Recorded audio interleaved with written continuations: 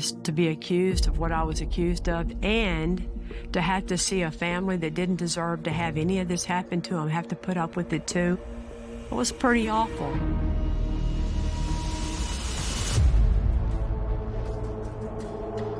On January the 11th, 1999, the murder of Belinda Temple, who was 8 months pregnant with a little baby girl, shocked everyone in Katy, Texas, and changed a lot of people's lives. Prosecuting this case was one of the most difficult things I've ever done in my whole career. This trial made my life a living hell for a long time because I was accused of withholding evidence and sending an innocent man to prison. I couldn't believe it. Up until that time, no one said ugly things about me as a prosecutor.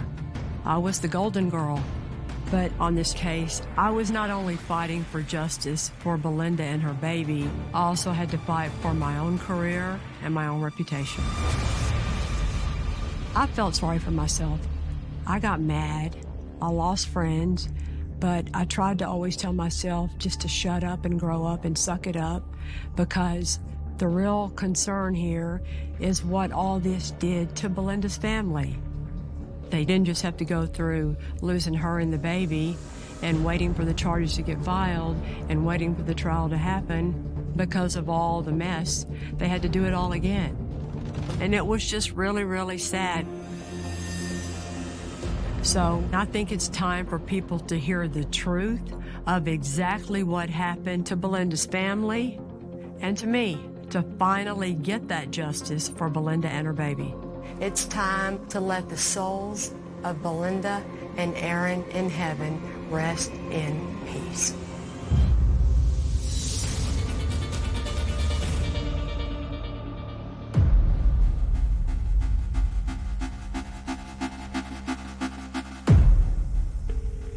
County 911 police car ambulance. Yes, somebody's broken into my house and my wife has been shot.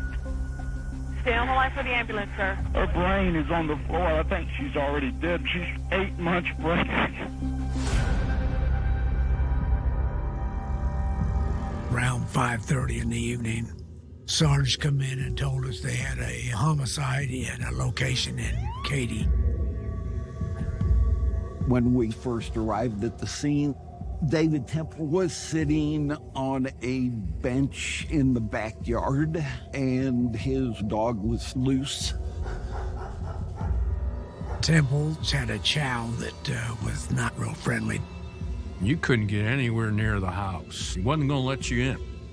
After Mr. Temple secured the dog, we detained him in a marked unit. According to the homeowner, David Temple, his wife is upstairs in her master closet, dead, with her brains blown out. Constable's office already had secured the scene, and a couple of us did enter the residence. It looks like there was forced entry to the back door. First, we went up the stairs to the master bedroom.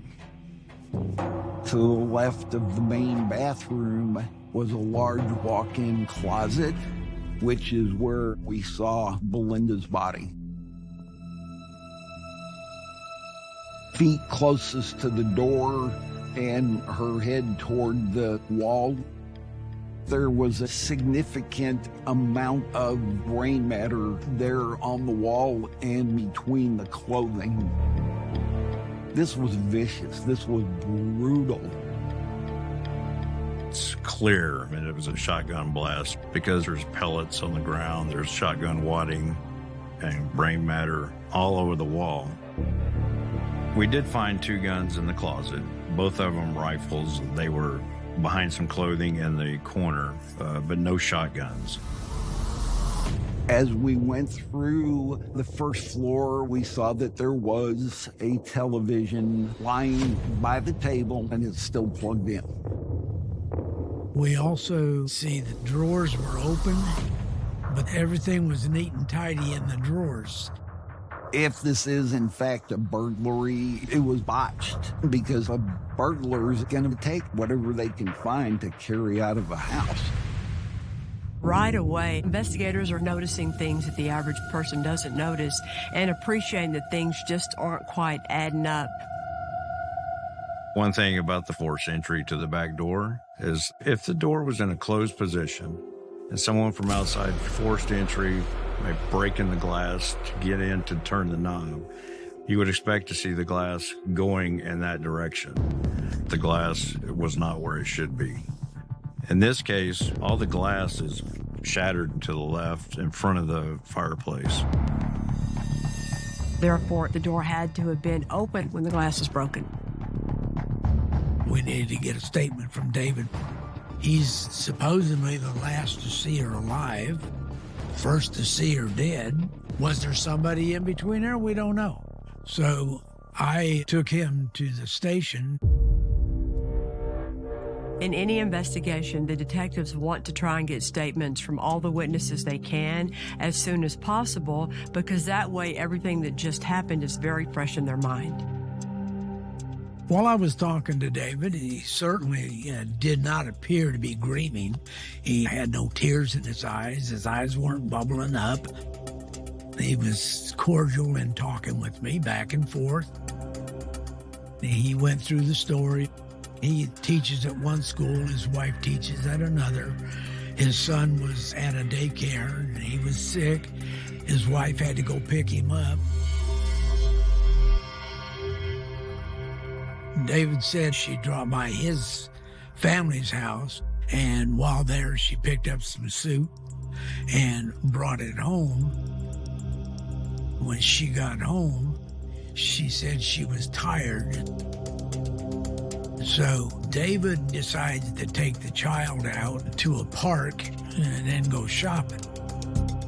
I'd asked him what park he went to. There's two different parks, and he was mixed up on what park he had taken him to. And then he said after they played at the park for just a short time, he went to Brookshire Brothers to go shopping. And then he went to Home Depot. After he left Home Depot, he went home. And as he's coming out of the garage, he notices the window is shattered on the back door. So he immediately picks Evan up, his son, and takes him across the street to his neighbor's house and tells him there's something going on at the house. Watch the child. 911, go ahead, ma'am. Yes, somebody has broken into my neighbor's house, and he wanted me to call you. Where's your neighbor at right now? Him and my husband went back to the house. Between the different things in the house not seeming to add up to a burglary and the holes in David Temple's story that just don't make sense, it's just natural that the detectives would need to ask him more questions. Now we go back in and talk to him, and we're saying, this doesn't look right. This doesn't look right. This is where he starts getting agitated. And I said, the only thing to really clarify this would be if you'd agree to take a polygraph, and that's where he stopped. I ain't doing that. I don't have anything else to say. I want an attorney. I think a polygraph is a tool to show you how cooperative someone really is. So if your wife and your unborn daughter have been brutally murdered, and you want to cooperate and you want to find out who did it, why wouldn't you take a polygraph? Why wouldn't you hurry up and take a polygraph so they can check that box and move on to find the real killer? And of course, I called the DA, and the DA said, yeah, we just don't have enough. Just because he doesn't want to take a polygraph's not a probable cause to arrest him. So we have to let him go.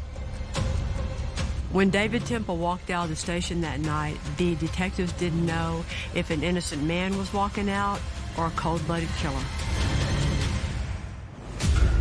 She did not kick off her shoes. She didn't go up to bed and take off her glasses. She was killed before either of those two things happened. David Temple's family brings up a name of a brand new suspect. What's he doing up north that he's not telling us about? Was he up there to possibly dispose of a shotgun? What are they trying to hide? And maybe there is way more to this relationship than he's ever told anybody, which, kind of gives you a motive.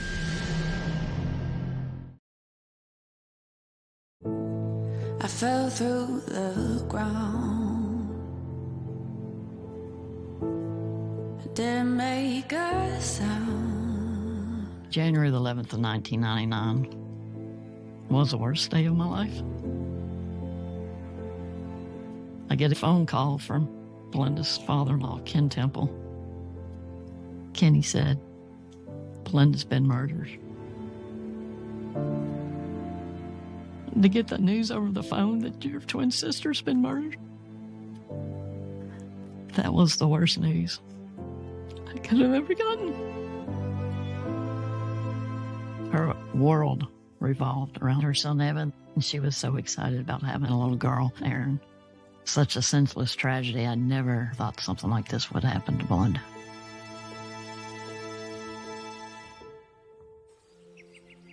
By the next day, Belinda Temple's murder was the lead story because it was so unbelievable. This morning, the students and faculty at Katy High School are shocked and saddened by the death of teacher Belinda Temple, who was found shot in her home last night. There was a lot of news coverage with the students talking about how much they loved her. Even if they weren't in her class, they would go by, "Hey, Miss Lucas, how are you?" She would go into the gym and shoot basketball with them. She impacted everybody that she met. This case got a lot of press because Belinda was everybody's sweetheart. And David Temple had been the biggest star of the football team at Katy High School. Everybody in town knew who he was. And so when they met each other at Stephen F. Austin, fell in love and got married, everybody liked them and loved that story.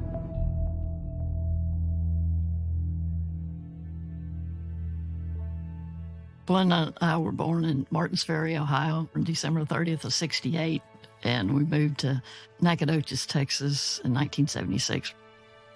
When we were born, I was 2 pounds heavier and 2 inches longer than Belinda, but it didn't take her long to catch up, and she ended up being like 3 inches taller than me. So Belinda called me Shrimpy. We did everything together. We shared a bedroom. We shared birthdays. We liked playing softball growing up. Belinda would play first base, and I played second base, and we made a lot of double plays. We were very competitive. Belinda wanted to be a teacher, and especially go into special education. She wanted to reach out and help as many people as she could that had some kind of disability. Belinda and I met at college. Belinda and I spent an incredible amount of time together. We were roommates, and we also worked together, and then we went out together. When she first met David, I thought he was a pompous ass. He made fun of my accent and my kicking boots, so it wasn't the best first impression, but she was very happy, so, you just roll with it. When I first met David, I knew he was a big football star. He was very popular. He had the nickname Temple of Doom.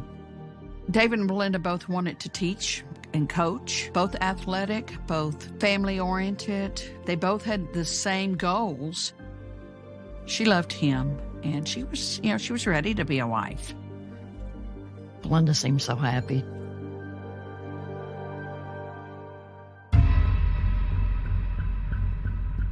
The day after the murder, we witnessed the autopsy. The evidence is collected that is still with the body, like pellets from the shotgun. According to the medical examiner, it was a close contact wound with a 12-gauge shotgun to the back of Belinda's head. And yes, of course, seeing the baby removed from the womb.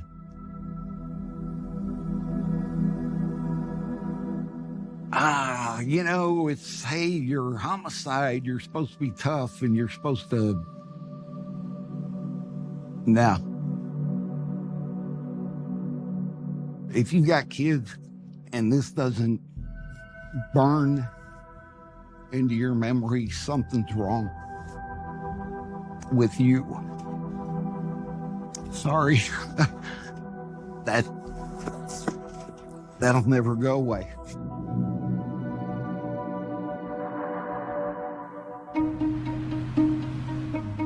When we first get on an investigation, we divide up the duties.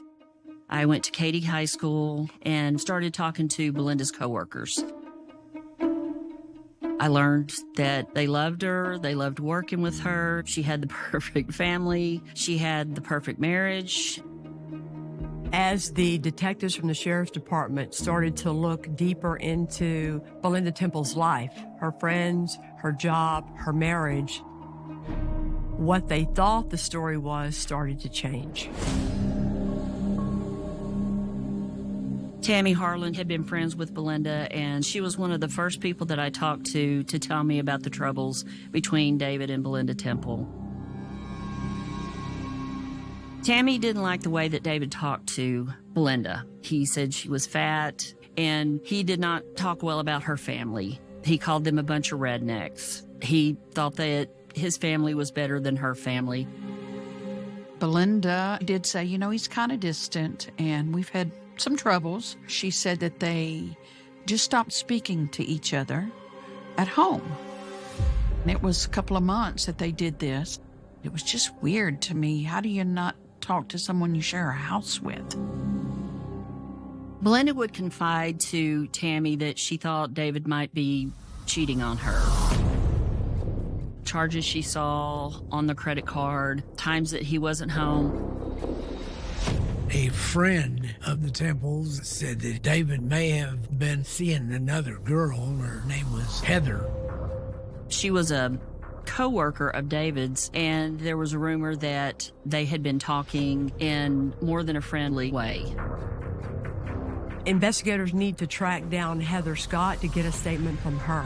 If it turns out to be true that Heather Scott and David Temple are having an affair, that's going to cause more questions that need to be asked of David Temple. But at this point, David stopped cooperating with the Sheriff's Department. The next step is to look into his alibi by looking at that CCTV footage from Brookshire Brothers and at the Home Depot where he claimed he went that day. What doesn't make sense to the investigators is that David Temple chose a store 6 miles from his house when there's a grocery store much closer than that. Then they discover an important discrepancy. If he left Brookshire Brothers at 4:38 p.m. and got to the Home Depot at 5:14 p.m., that's a window of 36 minutes. But those two places are only about 10 minutes apart. So what was he doing for the rest of that time?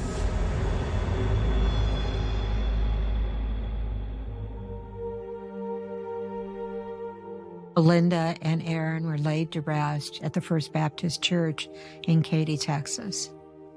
Several hundred people came to her funeral. A lot of students, I believe they had actually closed the school down early so they could attend the funeral. Belinda's parents were there, and of course they're just devastated. They loved Belinda. They loved her. But David wasn't really crying. He wasn't really, he just sat there. I've never had a murdered spouse, so I don't know how you're supposed to act, but it's kind of weird. While the investigation is still in the early stages, David Temple's family brings to the Sheriff's Department's attention the possibility of another suspect. Riley Joe Sanders was the next door neighbor. He was going to the same school that Belinda taught at. And there was some initial information that there was hard feeling between him and Belinda. We needed to get some more information.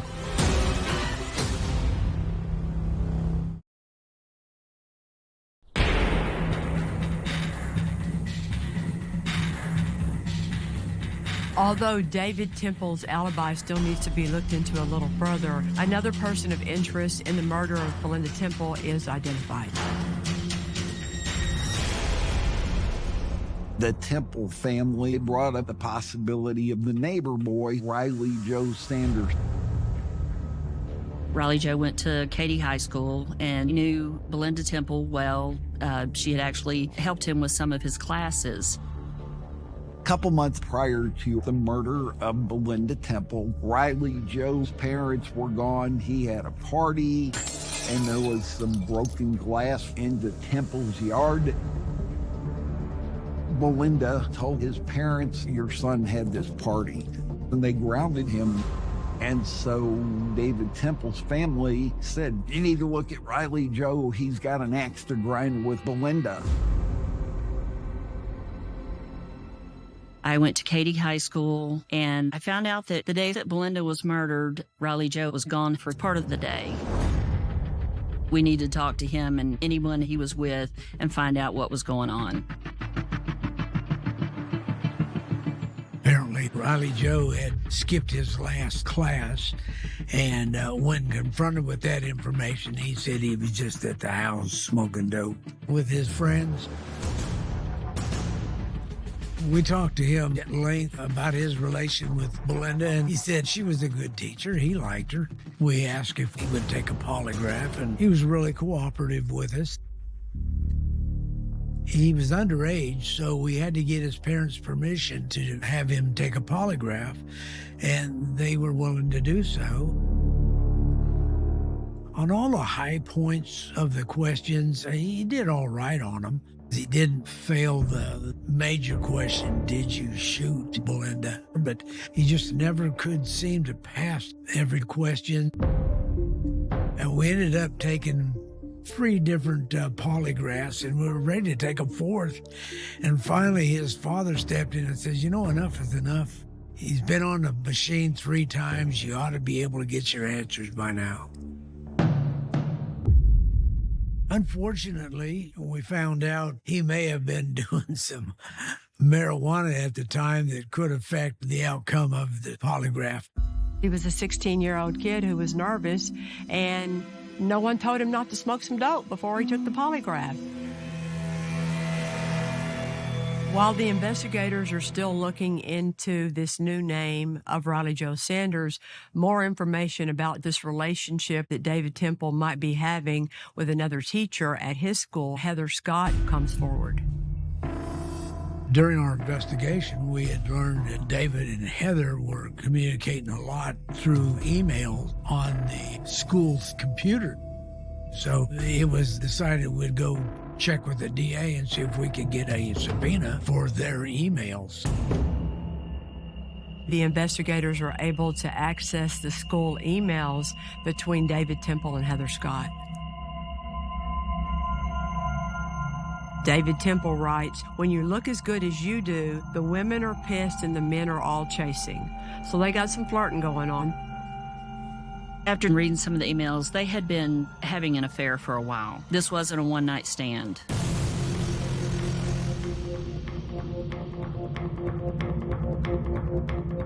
As a matter of fact, they had spent the weekend together New Year's Eve when David was supposedly hunting. We also saw that Miss Scott had sent out an email to David telling him he should delete his emails to her. What are they trying to hide? And maybe there is way more to this relationship than he's ever told anybody, which, kind of gives you a motive.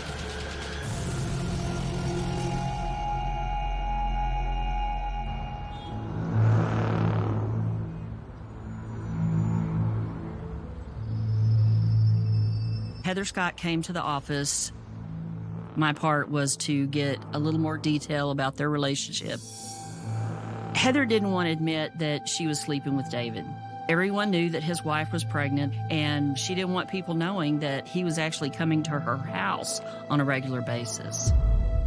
Heather said at one point they had tried to break it off, but after a day or two, they were back together and it was just like it was. I mentioned that if he's a suspect, you would be considered the motive. And I'll never forget, she just stopped at one point and said, "You think that he killed his wife for me?" It took something for me to continue the interview and not be ugly to her, because that was very insulting. I couldn't believe that he would actually cheat on my sister. After that, there's no doubt in my mind, he killed Belinda and Aaron. Suspicion about David Temple having killed his wife Belinda is growing. And then the investigators get another new piece of information.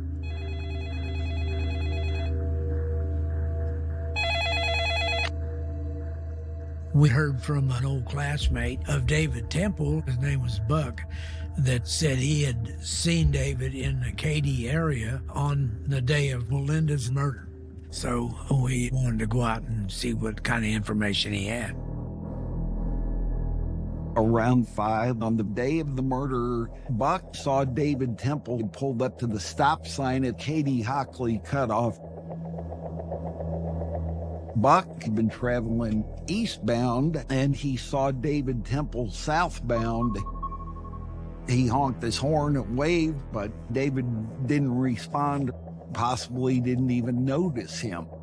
That was very significant to us because we had video from the Berkshire Brothers. We had the video from Home Depot. And then in the middle of all that, we've got him appearing at this intersection, traveling southbound on Katy-Hockley Cutoff, which puts him in an area where his mom and dad live and where there are a lot of rice fields and water retention ponds. What was he doing up there? What's he doing up north that he's not telling us about? Was he up there to possibly dispose of a shotgun?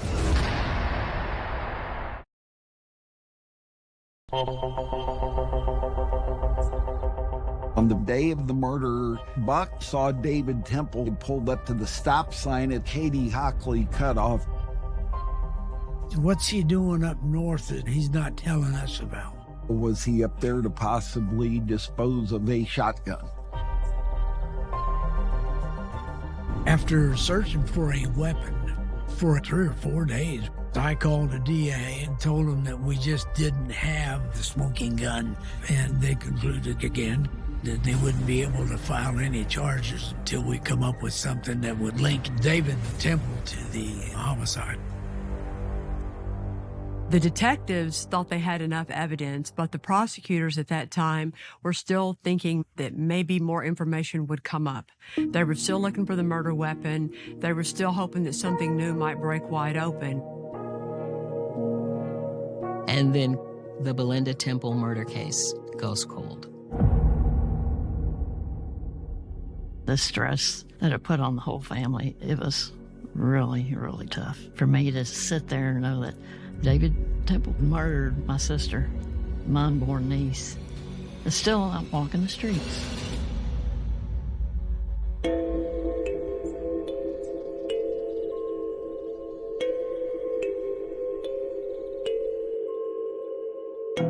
At that time, I was the victim advocate in the mayor's office. Belinda's parents, Tom and Carol Lucas, reached out to me for help. We had an organization called Crime Stoppers, and so we were eventually able to put out a reward. I went to the unveiling of a billboard. Tom and Carol were there. Belinda's friends were there. There was one person conspicuously not there, and that was David Temple. David was not out there trying to find who killed his wife and baby. David went on with his life. 4 months after the murder, David Temple sold the house that he and Melinda had been living in. He bought himself a new pickup truck, and then he bought himself a new house in Richmond, Texas. 2 years after the murder, he married Heather. Heather ended up being the person who raised Evan. Belinda should have been raising Evan. I didn't want to be around her.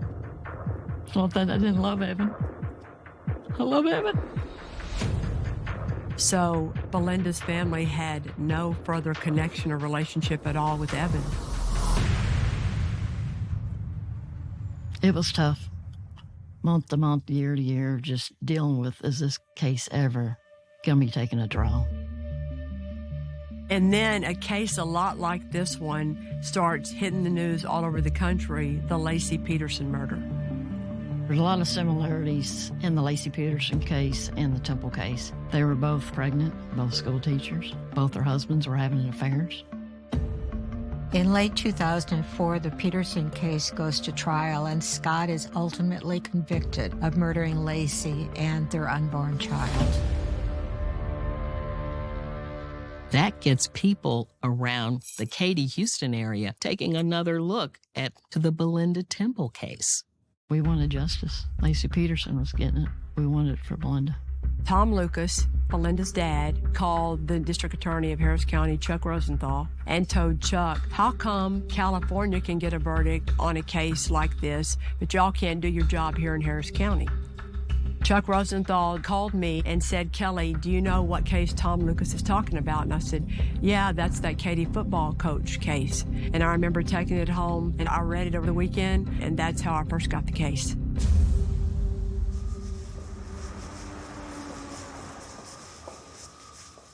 Rhonda, how you doing? Kelly was a top prosecutor in the office. She had a great conviction rate for murder cases. Today, I would like to see the David Temple evidence. Oh, wow. It's a lot. Kelly Siegler already had a notch in her belt for getting a conviction in the Susan Wright case, a pretty high-profile, dramatic case. So here's his door. And then, you know how important this door was to that case? Kelly's marching orders were to take a look at this case with a fresh set of eyes and see if she thought that there was enough there to move forward with an indictment.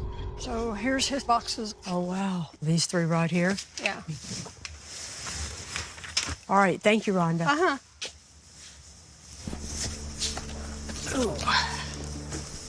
When I read the file, I did the same thing I do now on Cold Justice. I'm taking notes for to-dos and questions and things that need to be addressed. Wow.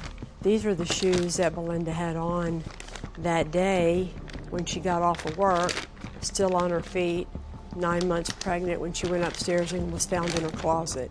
And all of her girlfriends and her sister talked about how the first thing Belinda would do when she'd get home every day is kick off her shoes, especially when they were swollen as they would have been being so pregnant. David Temple told law enforcement back then that she was taking a nap. Well, I don't think very many women 9 months pregnant take a nap with their shoes on.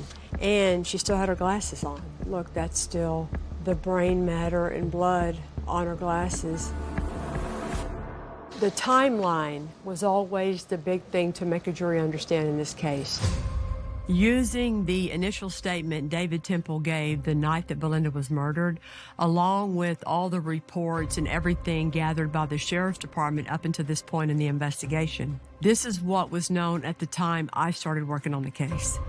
David Temple said that Belinda stopped at his parents' house to pick up some soup and then got home at 3:45 p.m. Then she went upstairs to take a nap. David Temple says that Evan started to feel better, so he took him to a park to play, but he doesn't remember which park it was. Then to a grocery store. The timestamp showed David and Evan coming to Brookshire Brothers at 4:34 p.m. and leaving at 4:38 p.m., where they bought a bag of cat food and a Coke. Next, David Temple said that they drove to the Home Depot, which is about a 10-minute drive from Brookshire Brothers. But he and Evan weren't captured on the Home Depot video until 36 minutes later, which makes no sense. Until Buck Bendeman comes forward, who says that he sees David Temple up in the area north of Home Depot and Brookshire Brothers, close to the house where he grew up, close to all the rice fields, at around 5 p.m. at the intersection of Morton Ranch Road and Katy Hockley Cutoff. Katy Hockley Cutoff, Morton Ranch Road intersection. Why didn't David Temple mention that? And what was he doing up there? Buck Bendeman is the key to this case. And then you throw in the staging of the burglary, the motive for the affair, and I got all finished with it. And I thought to myself, I would file this case right now. This case is like the pinnacle of circumstantial evidence cases, and a lot of prosecutors want more than that before they'll do their job. To me, circumstantial cases are beautiful. There might be more work required to tell the story as opposed to a DNA case or a confession case, but they're the best cases there are because the truth is in the details. Just after Thanksgiving 2004, 5 years after Belinda's murder, I said, all right, let's call the sheriff's department and let them know it's time to arrest David Temple. That was a great day in all our lives. Mr. Temple was pulled over on his way to work. I would have loved to seen his reaction when they put him in that patrol car. And as we're driving downtown, all I said was, you know what this is about, right? And he said, no, what? I said, Belinda. He's like, you got to be kidding me. This crap's been going on for almost 6 years now. He was taken into custody, and he quickly bonded out. Temple family, who's of means, realizes once Kelly Siegler gets involved, we got to make sure that we're going after the best defense, and that's Dick DeGuerin. I'm an innocent man, and I have all the faith in the legal system. Doesn't get any better than hiring one of the most famous attorneys, not just in Houston, not just in Texas, but nationally. He's a fantastic attorney. He's one of the best. And him and Kelly going at it is a sight to see. When I tried the Dora Goldberg case, gone up against Dick DeGuerin, the trial lasted 4 weeks, and I lost 10 pounds, but I learned more in that trial watching him at work than I ever learned in my life. And the funny thing that nobody knows is right after the Dora Goldberg trial, he told me, you know, Kelly, you ought to run for DA. You did a good job. But by the time we went to trial on David Temple, I had tried and won a couple of other cases against Dick DeGuerin and his firm, so he didn't really like me as much anymore. Because if anybody was going to put this puzzle together and then actually prove it to a jury, it was going to be Kelly Siegler. It was going to be the battle of the Titans.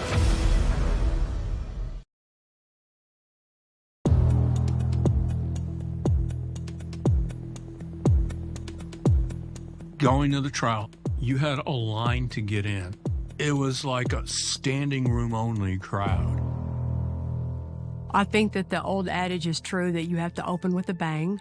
Belinda Temple was discovered lying on the floor on her tummy with her face down, dead of a shotgun wound to the back of her head. And the other life that perished that day was a perfectly healthy 6-pound little baby girl with its heart beating inside her mommy's womb. Usually we go chronologically with life events. In this case, chronologically would be starting with when they got married and the downfall of their marriage and he meets Heather, and then the murder. But I didn't. I decided to start with the crime scene. The call goes out, law enforcement shows up, and what do they see? And start with that to explain what they saw, what they didn't see, what doesn't make sense, and then go back in time to build the rest of the story. The other thing that opening statements have to do, I believe, is address the weakness of your case. The truth is in the details. She explains that she has no smoking gun. She has no forensic evidence, but she has a lot of little bits and pieces to the puzzle, and everything points at one person, David Temple.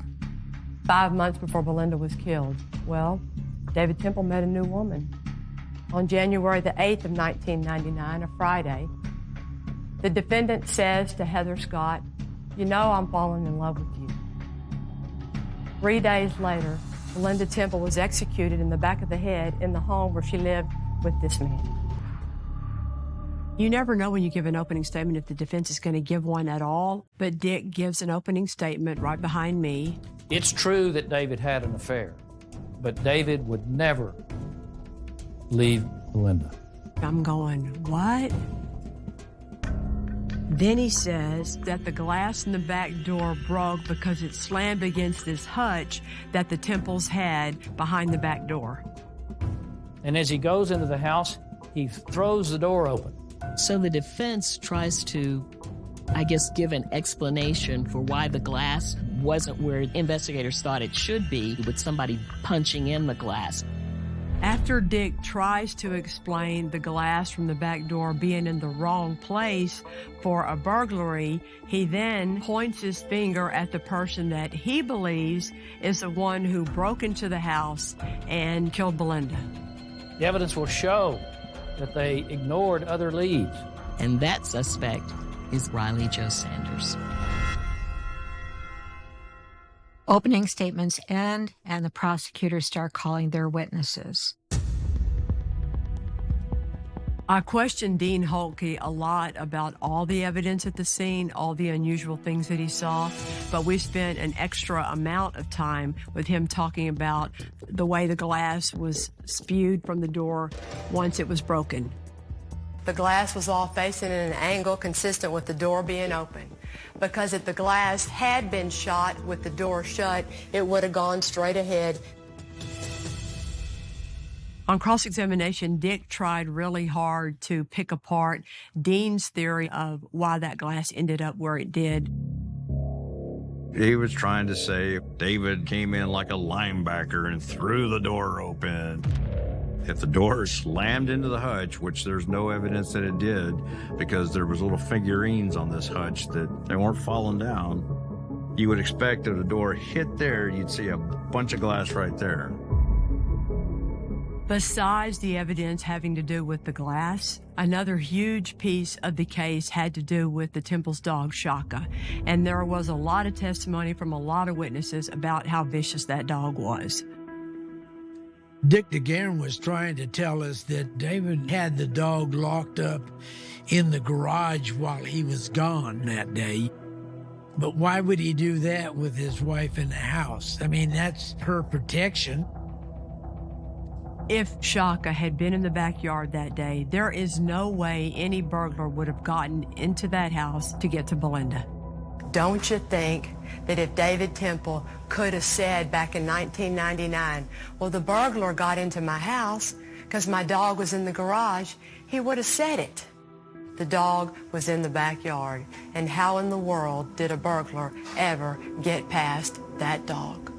Then we got into the interview that was done with David Temple the night of Belinda's murder. The beautiful thing about Chuck Leitner's interview of David Temple is that David Temple is locked into his story. The problem with his story is that even though he's on videotape and we know when he was at the Brookshire Brothers and at the Home Depot, there is an extraordinarily long period of time between those two places. That's when we call Buck Bendeman to the stand. I argued to the jury, the reason Buck Bendeman saw David Temple is because David Temple drove where the rice fields are to get rid of the shotgun, and as he's coming back to hurry up and alibi himself, that's when Buck Bendeman saw him. When he leaves here at 4:38 and he gets to Home Depot at 5:14, that's 22 plus 14, that's 36 minutes unaccounted for. And it just so happens to coincide with the coincidence that Buck Bendeman sees him at that intersection in that time period. After we got all through presenting the evidence having to do with the timeline of that day when Belinda was murdered, then we moved on to the part talking about motive. We tried to make the jury understand the relationship between Belinda and David Temple, who they are, what their marriage is all about, and we did that through bringing in Temple's, at the time, very best friends, Quentin and Tammy Harlan. They were the ones who best could talk about the way David treated Belinda behind closed doors, about the way David Temple called her fat, the way David Temple told her that she was white trash from Nacogdoches. And then Quentin talks about, at school, the happy hours where they were flirting with the other teachers, specifically Heather, and how that relationship between David Temple and Heather evolved. When we first learned about Heather Scott, the hot young teacher that David Temple was showing interest in, she kind of blows it off like it was just a casual relationship. But by the time David Temple's trial comes around, she's married to him and is now Heather Scott Temple. Heather and David Temple had been married for 6 years. She was not cooperative. She did not want to come. She was subpoenaed to come to court, and she did. But she was not my friend in this case. Everybody's wondering, what is she going to say when she takes the stand?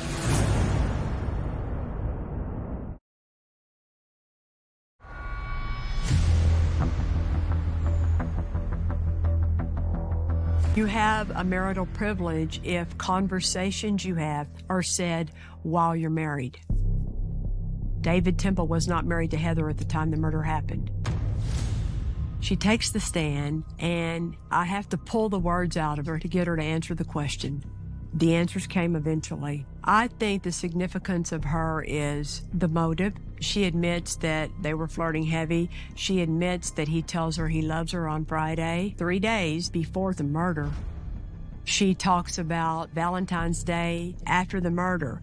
They're doing the roses and chocolates thing. They get caught being seen out at dinner with each other. She even acknowledged that he wasn't crying and sad. And then I called a witness that I never knew I was going to have. An opening statement. Dick brought up that David Temple only ever owned a 20-gauge shotgun, and that made the news. A man named Clinton Stockdick, who grew up with David Temple's younger brother, called in, and he told me about how he hunted with the Temples his whole childhood, and he was mad that David Temple would try to say that he only ever owned a 20-gauge shotgun when Clinton Stockdick knew better. But I had a new witness, and I remember all the Temple's family's faces. They were mad. I rested my case, and then Dick began presenting his case. Dick DeGuerin tries to refocus the jury. And so he talked about the hutch. Well, what he didn't know is that Tom Lucas had the hutch at his house. So we let Dick do his thing, and then Dean drove up to Nacogdoches and got the hutch and brought it back. And then we put it in the courtroom to blow up their theory. You can imagine the surprise in the courtroom, particularly from the defense. I'm sure they never expected to see the hutch again. And Dean's able to show how the dings on the door don't match the dings on the hutch, and the hutch has nothing to do with why that glass is broken. Then Dick DeGuerin makes a bold move. He puts David Temple on the stand. You don't normally see defendants charged with murder taking the stand, especially someone who's charged with murdering his pregnant wife. Maybe the thought was David Temple's Mr. Clean Cut. And if he does a really good job testifying for himself, it might cause jurors to have doubt. David Temple does a really good job on direct, maintaining his composure. You don't see any flashes of temper. He speaks wonderfully of Belinda and of Evan and of Heather. Then Kelly stepped up to cross-examine David. I was just hoping to poke a few holes in that veneer. Watching Kelly was like watching a shark seizing onto a prey. Kelly laid out the timeline and really grilled David on where he was and what he had done on the day that Belinda was murdered. I asked him all the questions everybody wanted to know. Why'd you take your son to the park if he was sick? Why did you go to that store that was 6 miles away? Why did you feel the urgent need to buy cat food and a Coke? Why'd you go to Home Depot? Because you didn't buy anything or even look at anything in the store that day. He didn't have answers. I asked David Temple about Buck Benjamin, but David Temple kept insisting that he went straight to Home Depot when he and Evan left Brookshire Brothers. An interesting moment in the trial was when Kelly Siegler asked David, "You were trying to save the life of your wife and your baby. Why didn't you have any blood on you?"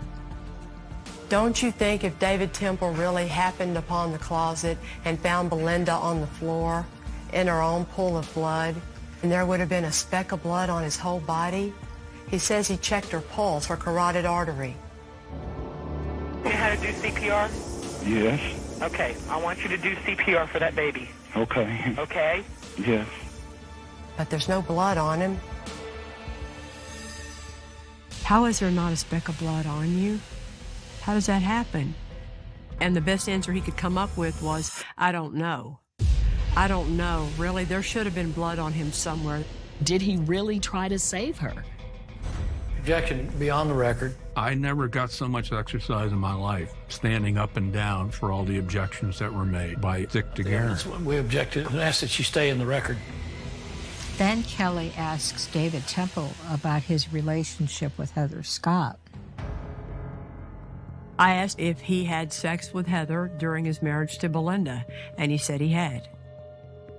That New Year's Eve weekend, telling Heather that he loved her on Friday, and golly, a burglar's burglarizing his house 3 days later and his wife ends up dead. The questions Kelly's asking, he's setting the scene. She's showing what was going on in the Temple household between David and Belinda in the weeks leading up to her murder. It was quite a sight to see. David Temple doesn't like being challenged by anybody. David Temple thinks the world revolves around him, and to have little Kelly Siegler, this pit bull, just firing off. I think that the points that I needed to make were made. You just can't ignore the coincidences. When David Temple got off the stand, I'm pretty sure he was glad that was over. Throughout his whole case, Dick DeGuerin kept coming back to the idea that Riley Joe Sanders, the kid living next door, was the person who killed Belinda Temple. So then Kelly calls a surprise witness. We called Riley Joe Sanders as a rebuttal witness.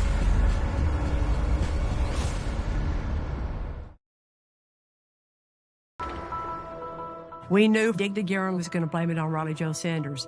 He always blamed it on Riley Joe Sanders. So when Dick presented his case and his defense was that Riley Joe Sanders was the murderer, at that point, because he's put on evidence, we have the right to call rebuttal witnesses. That is when we called Riley Joe Sanders to the stand. I asked Riley Joe, what did you think of Miss Temple? And it was clear to everyone in that courtroom how much he liked Belinda as a neighbor, as a lady, as a friend, and as his teacher.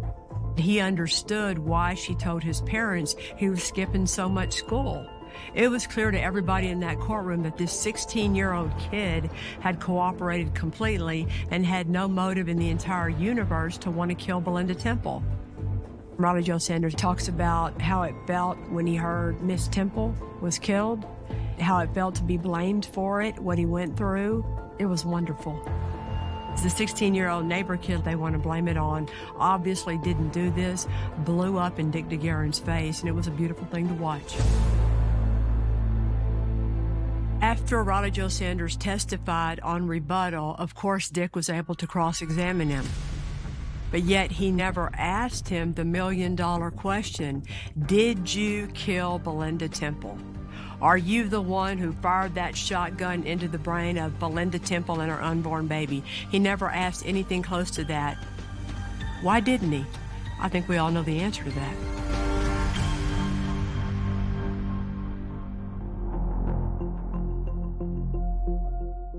The first thing that I told y'all a month ago was the truth is in the details.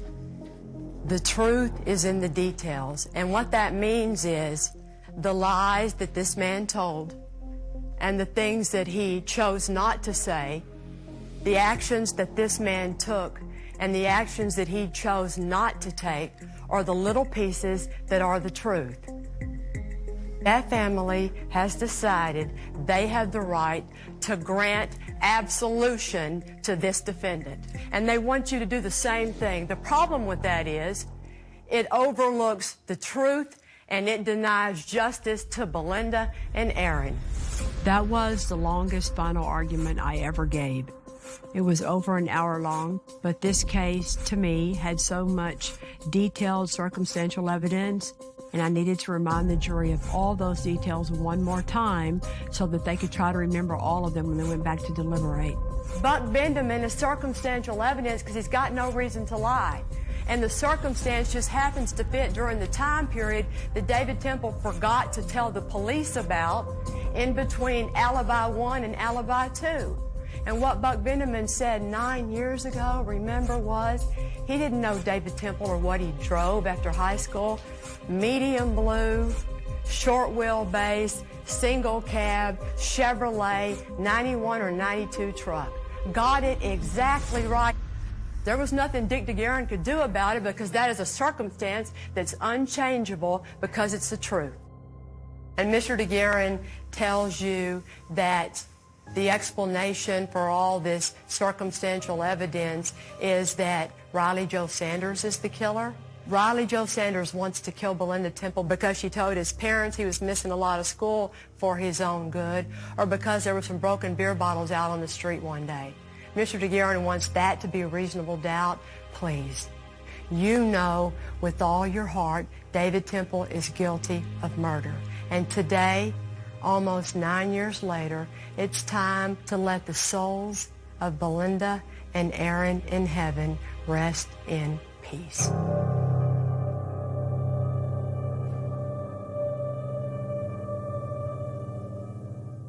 It was a very scary situation. I had no idea what to expect. It's hard to predict. You've got 12 people trying to decipher a very difficult case without a I got you moment. I'm hoping that they see what we see, that David Temple was the only one who had the motive and had the means and wanted to kill Belinda. The trial lasted for about a month. The jury came back in just a few hours. Mr. Foreman, I understand you have a verdict. If you'll pass it to the bailiff, please.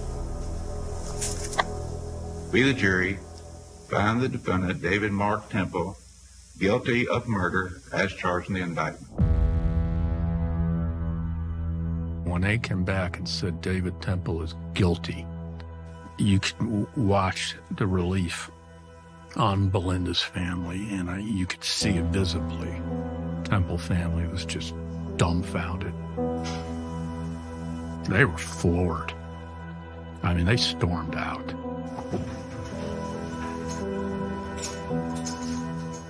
The jury went back to deliberate on punishment, and they came back and gave him a life sentence and a $10,000 fine, which is the very most he could get.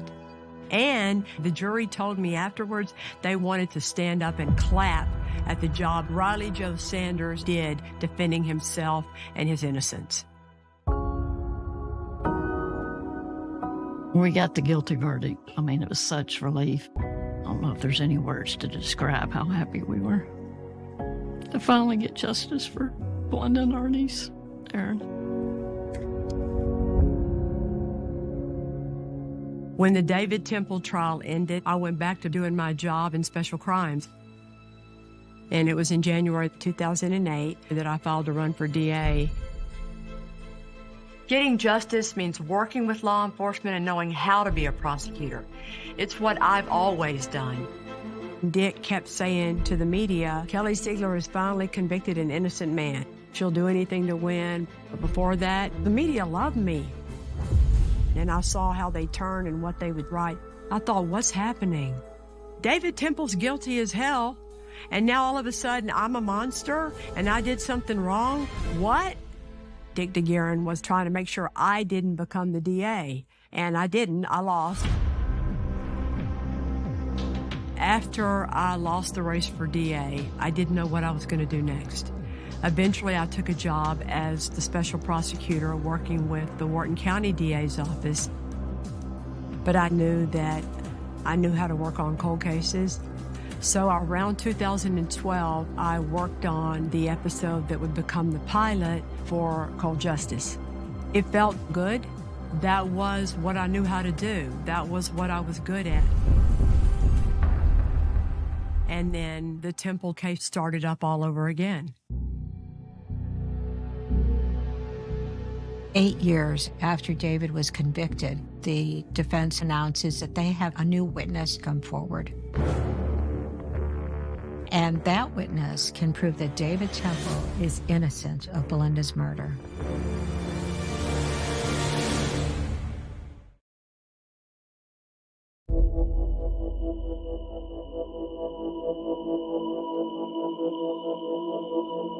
After a case goes through the normal process of appeals, it should be over. The only way to keep it from being over is to claim that you have newly discovered evidence or that something happened with your prosecutor during the trial that rose to the level of prosecutorial misconduct that necessitates a new trial. Now David Temple's defense team is claiming they have new evidence. A brand new witness named Daniel Glasscock, who supposedly heard Riley Joe Sanders say that he killed Belinda Temple. All of a sudden, the case is in the news all over again. They eventually get Daniel Glasscock in to testify about what he says Riley Joe Sanders told him about the day Belinda Temple was murdered. When he went to the house, as he went upstairs, the dog attacked him. He shot the dog, heard Belinda, put the dog in the closet, panicked, and ran. But we all know the Temple's dog was never shot. So that all blows up. So then the defense's only avenue left to get a new trial is to say prosecutorial misconduct because I withheld evidence. Because when you can't prove your client is innocent because they're not, that's the throw-down answer for a defense lawyer, is to claim the prosecutor forgot to give you this, or hid something, or cheated or lied, or did something improper.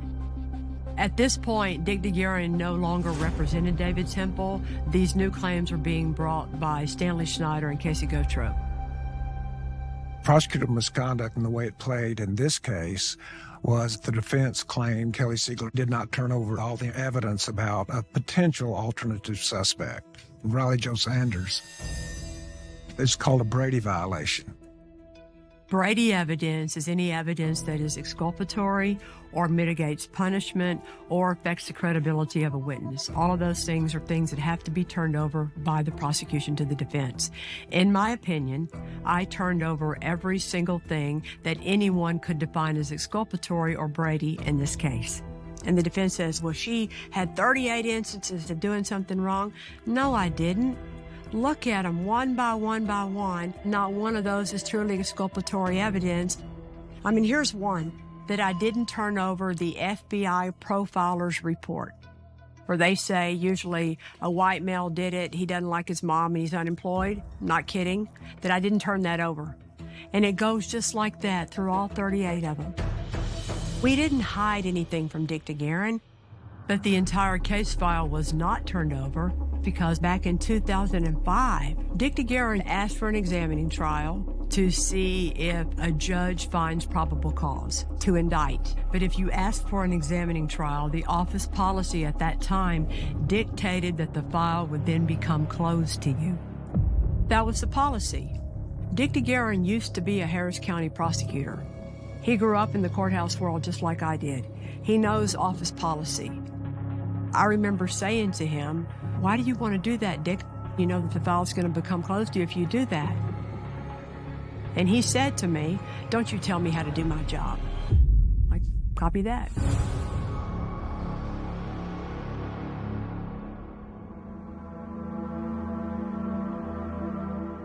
On my left is the complete investigative report. This was never seen. You know, what can you do? You just have to kind of suck it up and take it. And I was also trying to be strong for Belinda's family, because they would call me going, Kelly, what are we going to do?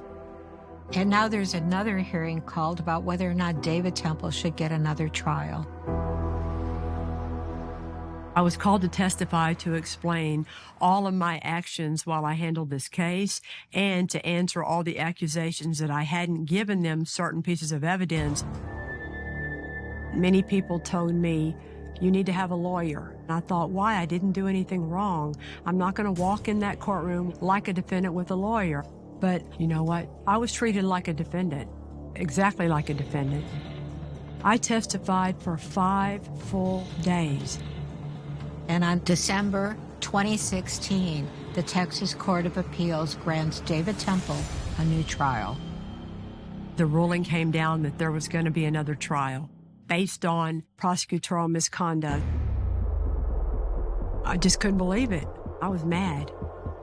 On the Court of Criminal Appeals, 4 judges voted that David Temple gets a new trial. 1 judge concurred with that. 3 judges said no, and 1 abstained because he used to be a prosecutor in our office. So that's how close that ruling was to make the proclamation and the finding he gets a new trial.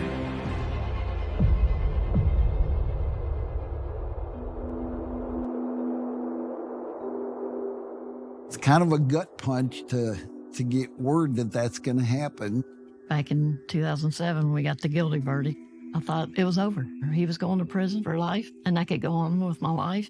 I never thought that the ruling would ever be overturned. Never, never would have dreamed that could have happened.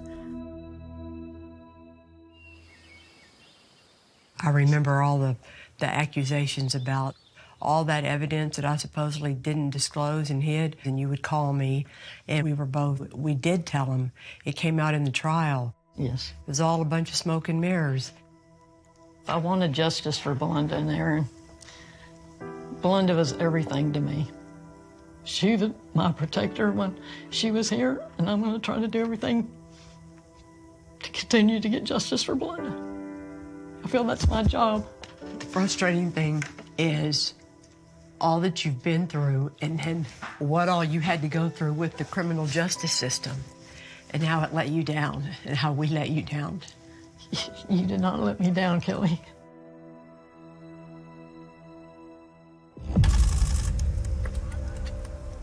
David Temple is now released on bond. He's out of prison. He's a free man again and awaiting a new trial. I was scared for my life. I was the only one in the Lucas family that testified. I feel like I had a huge role in getting him convicted. My brothers had me go out and buy 2 guns. I mean, he killed Belinda and his daughter. Why wouldn't he do it to somebody else? The defense is saying that they had all this new evidence, and everybody's wondering, what is it? If there was new evidence in the file on the case that proved that David Temple was innocent, I wanted to know what it was. Maybe I had judged this case wrong. We're waiting for justice to be served once and for all, and for the people that put me there and lied and cheated to be held accountable. David. Yeah.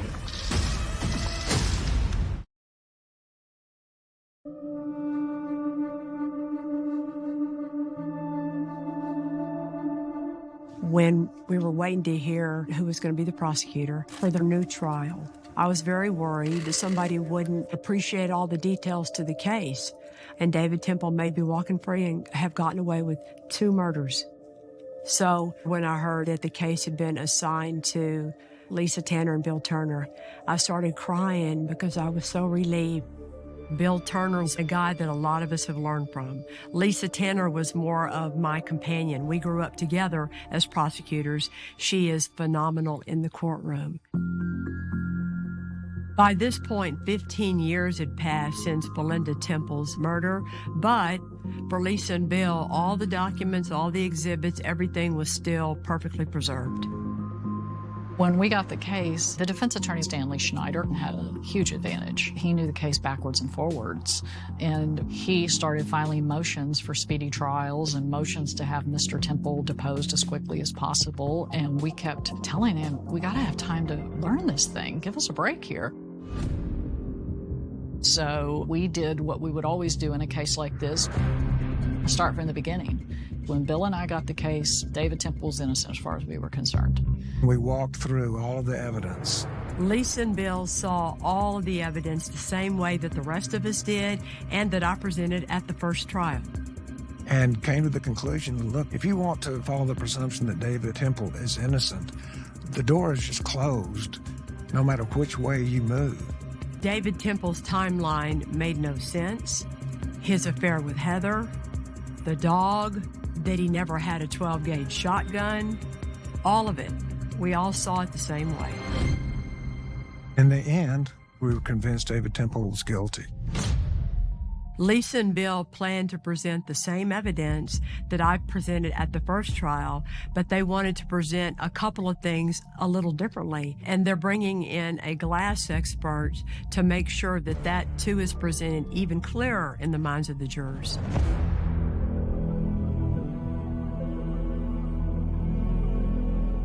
In the new trial, the first thing we did was looked at the home invasion part of it. It just didn't make sense.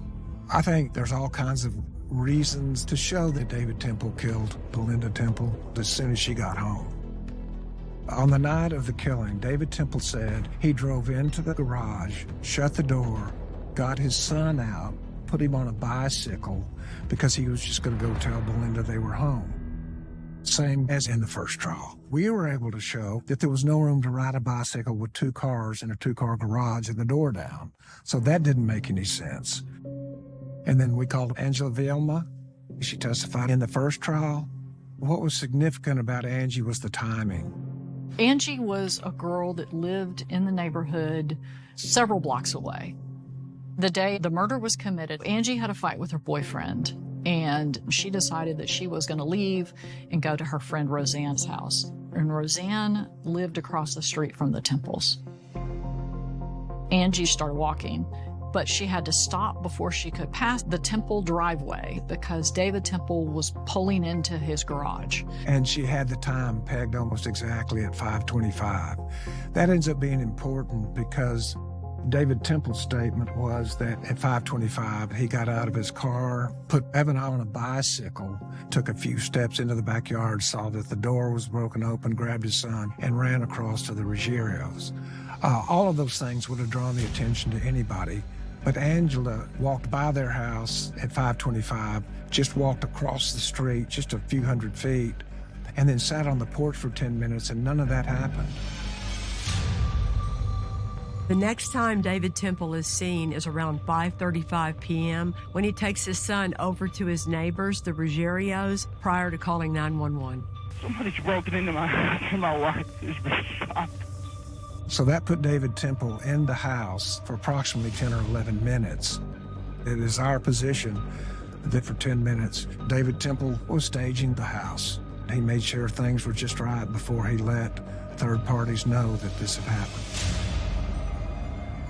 And then we felt like the jury had to hear the situation with the dog. There's three places Shaka could have been. Shaka could have been in the garage, Shaka could have been in the backyard, or Shaka could have been in the house.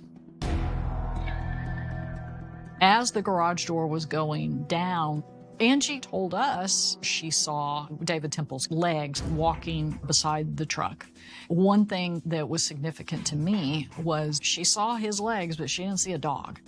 So Shaka was not in the garage because he would have been right there with David Temple if he had been in the garage.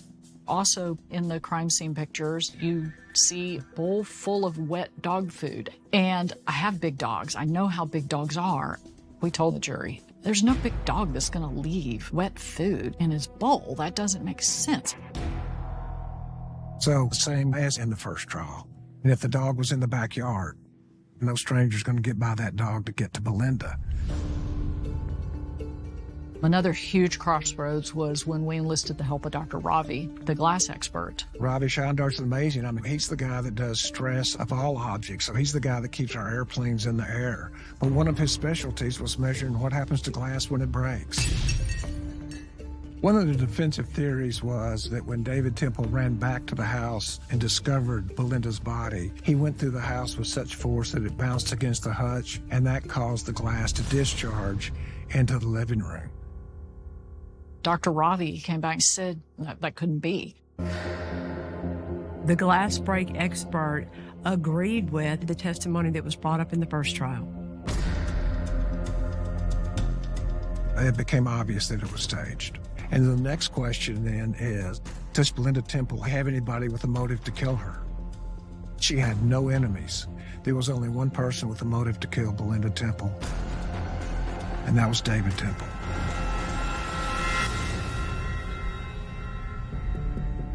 Just like in the first trial, Lisa and Bill knew that they were going to have to call Heather Scott Temple to the stand. During the first few days of the trial, we find out that Heather filed for divorce from David. Wow. What timing.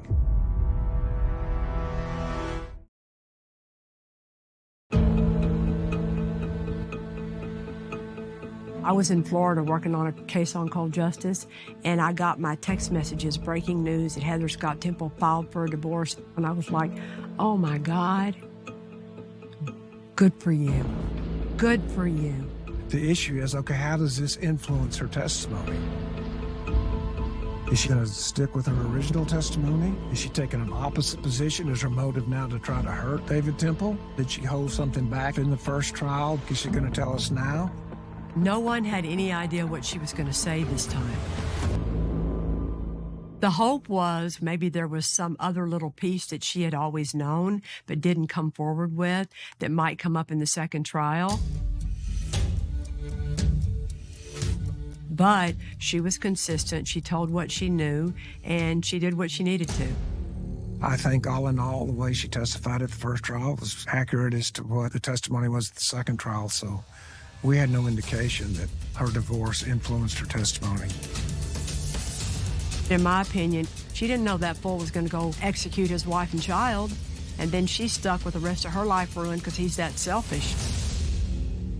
And then, just like in the first trial, the defense pointed at Riley Jo Sanders as an alternate suspect.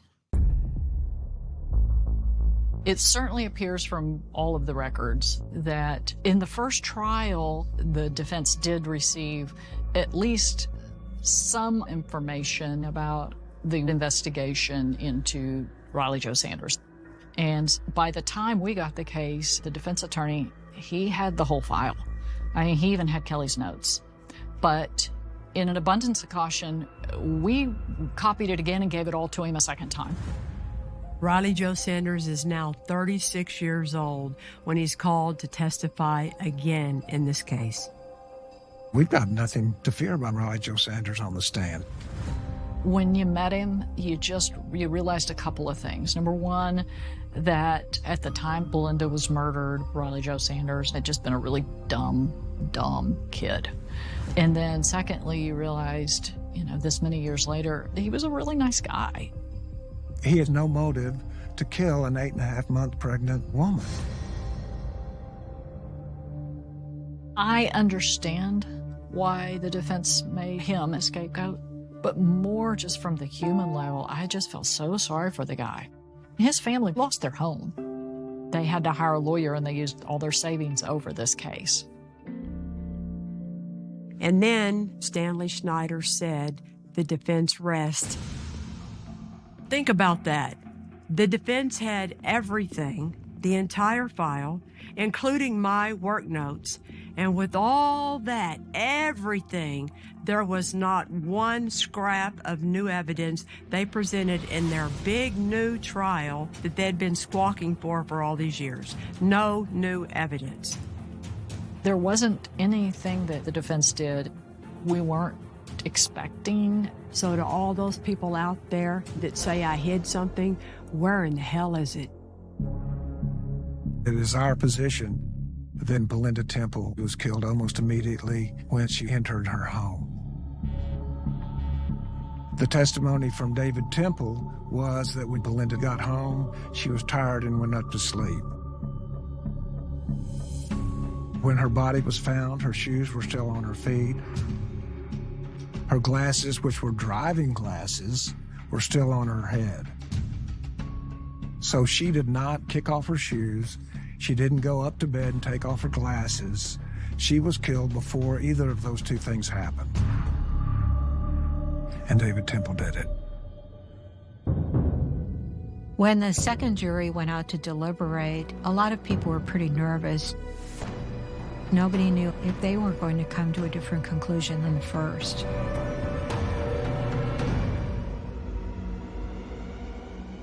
I was working a case in Fort Myers, Florida, and I got a text message. He's guilty again. And I went to my room at the hotel and started crying. It was the exact same case and trial and evidence, and he was just as guilty as he was in 2007. I wanted to scream, I told you. It was relief, and it was anger. The immediate things that came to my mind are justice for Belinda Temple, justice for the Lucas family, justice for Riley Jo Sanders, justice for Kelly Siegler.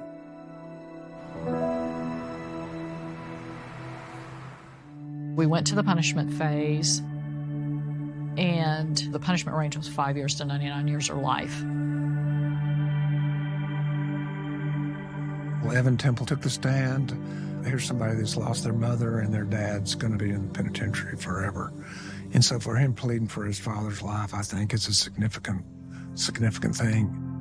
We were very careful and treated him with kid gloves. What a horrible situation to be in, to lose your mom and then to have your dad charged with that.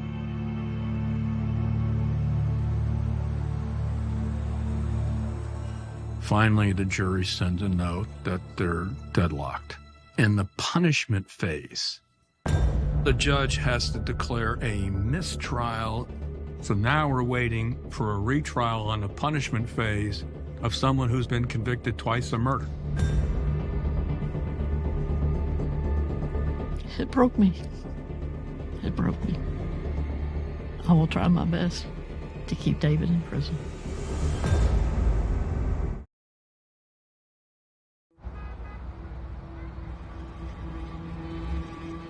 What happens in March of 2020? COVID. Everything's shut down. And we wait. And we wait. And finally, in April of 2023, the punishment phase resumes. I went down to the courthouse, and it brought back a lot of emotions, mostly feeling bad that they were all having to do it again. And I was very hopeful that it was finally going to be over with. The jury came back with a verdict in 2 hours. We, the jury, assess his punishment at confinement in the Institutional Division of the Texas Department of Criminal Justice for life.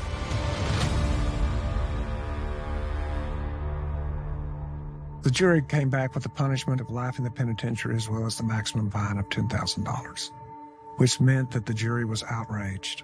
I mean, there's no reason to fine somebody if they get a life sentence, right? You made a decision to kill Belinda. That was all your decision. I want you to think about that the rest of your life when you sit in prison or rot in hell.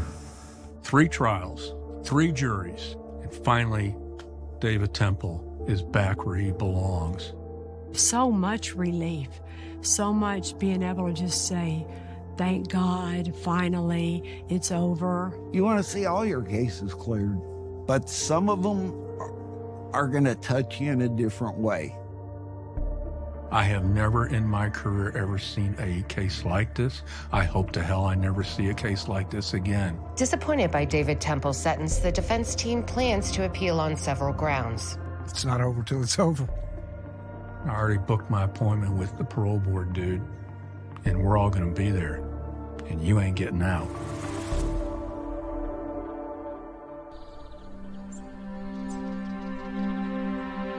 We got him. He's where he needs to be. If you could say whatever you wanted to say to David Temple today, what would you say?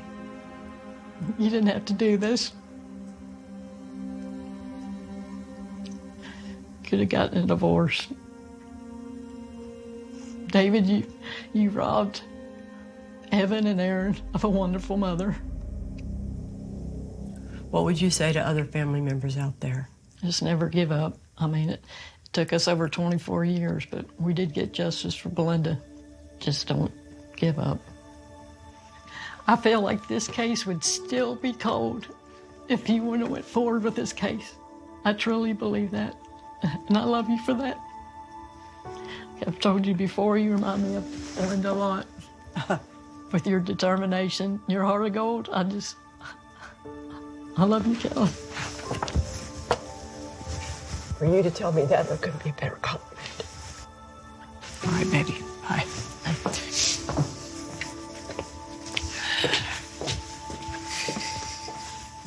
I give Belinda's family an awful lot of credit. They never backed down. They sought justice, and they were there every single day for 3 trials, 24 years. 36 jurors have found him guilty. Think about that. David Temple committed this murder because he's that selfish. He thought he could commit a murder rather than get a divorce and have to split up custody and child support payments. And his family accepted it and moved on and forgave him. With this case, I learned a lot about how it feels when things go wrong with the criminal justice system. Sometimes it is unfair. I saw what it did to the sheriff's department, to Belinda's family, to me. We all got a whole lot more cynical and upset with the system as a result of this case, I think. But you know what? There were people out there who wanted to make sure that Belinda Temple got justice along with her baby, and there were a lot of them.